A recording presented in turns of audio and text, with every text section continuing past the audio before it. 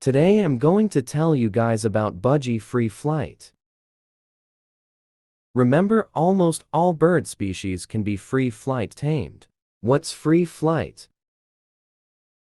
Free flight is the process of taming of your bird to fly outside and be able to call him or her back to your hand by calling its name or clapping. How to free flight tame your budgies. The trick to tame your budgies to free fly is to get a budgie chick than an adult. It's best to get a chick around 2 or 3 weeks old. So once you get a budgie chick, you will have to feed it every 1 to 2 hours every day. And increase your feeding times as your budgie grows. So what do you feed your budgie? Well, you can feed them KT's exact formula. Or if you live in Sri Lanka like me, you can also use samaposha, which is a nutritional meal that we eat, which is also very healthy for your budgies. And make sure to make it into a soup-like consistency if your budgie's under 2 weeks old, and a little bit more thicker when it's a little older. Also make sure that the formula should be around 105 to 110 degrees Fahrenheit, as in if it's too cold your budgies won't be able to digest it properly, leading to a premature death. How to feed your budgie. There are 2 well-known methods. Syringe feeding, which I don't recommend since there is always the risk of damaging its throat. This method might work better for bigger parrots but not budgies. And spoon feeding, which I highly recommend. How can you tell if your budgie is hungry? You can tell whether a budgie is hungry by its crop, which is the soft membrane under their head, which they use to store food.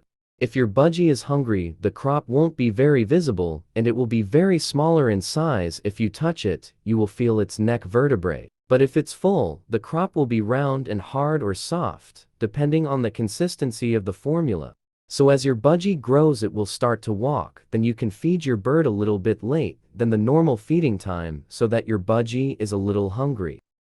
Then you can leave your budgie on a flat surface and show him the formula. Since he's hungry, he will walk towards you to eat the formula. Then you can slowly increase the distance and calling its name.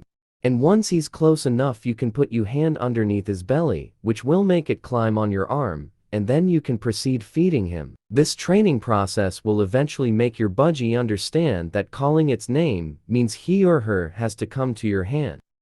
Then when your budgie turns 1 month old, he or she will start to actively flap its wings. Then you lay a soft blanket on the floor and place your budgie on your hand and gently move your hand up and down, which will make your budgie flap its wings. This will help your budgie gain enough muscles to fly, and in the next week or so you can gently toss your budgie onto the blanket from around 2 inches high so that your budgie won't injure its legs from the landing. And the next time you feed your budgie, raise your hand a little higher than the ground, so then your budgie can fly to your hand. To this every time you feed your budgie. And when your budgie is flying okay, you can start descending and ascending training, which is the most important steps in free flight. Descending is where you have to leave your budgie in a higher place than you and call him to you. This training is especially useful in case your budgie flies to a tree. Ascending is the training where your budgie has to fly up to you from a lower surface. So with that, I will be ending the video from here. Please keep in mind that free flight taming your bird is a time-consuming process. The longer you tame your bird, the better the bond you will form. I hope this video was very helpful. Bye guys.